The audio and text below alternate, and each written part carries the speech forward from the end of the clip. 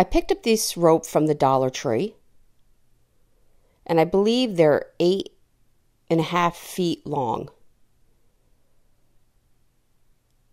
You can usually get them over by where you see the vases and the wreaths and things like that.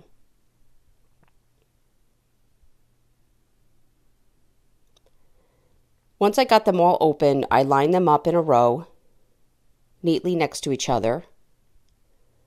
And there's 9. And I'm going to tape this off. Now this is 8.5 feet long, so you're not going to be able to see the rest of the rope, but I have it neatly going across. You want all the rope pretty straight. So I'm going to take 3 pieces at a time, and I'm just going to braid it.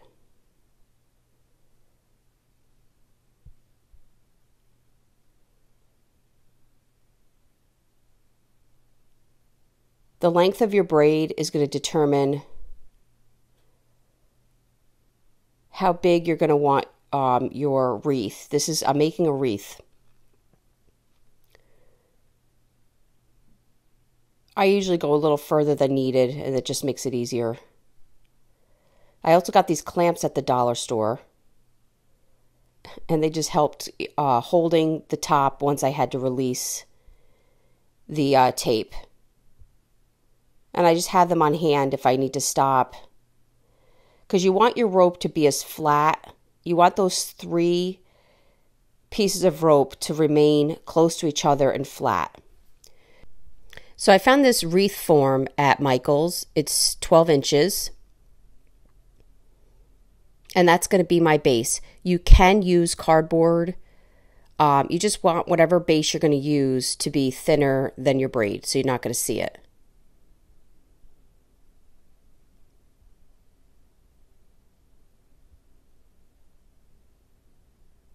So I'm going to start by hot gluing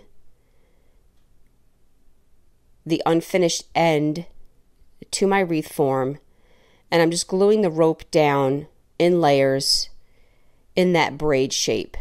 And then I can move to the left side and go under the braid, and I'm going to use the glue. Our favorite hot glue is Gorilla Glue. You could pick it up pretty much at Walmart, Target, any craft store. And we're just going to glue that down around on the wreath form.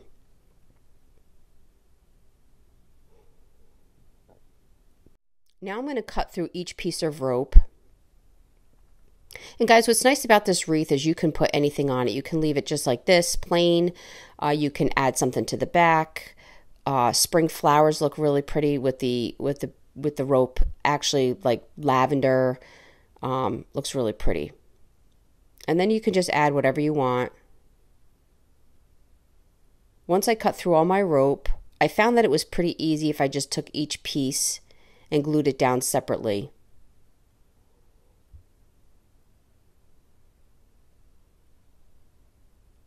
And just kept that braid form.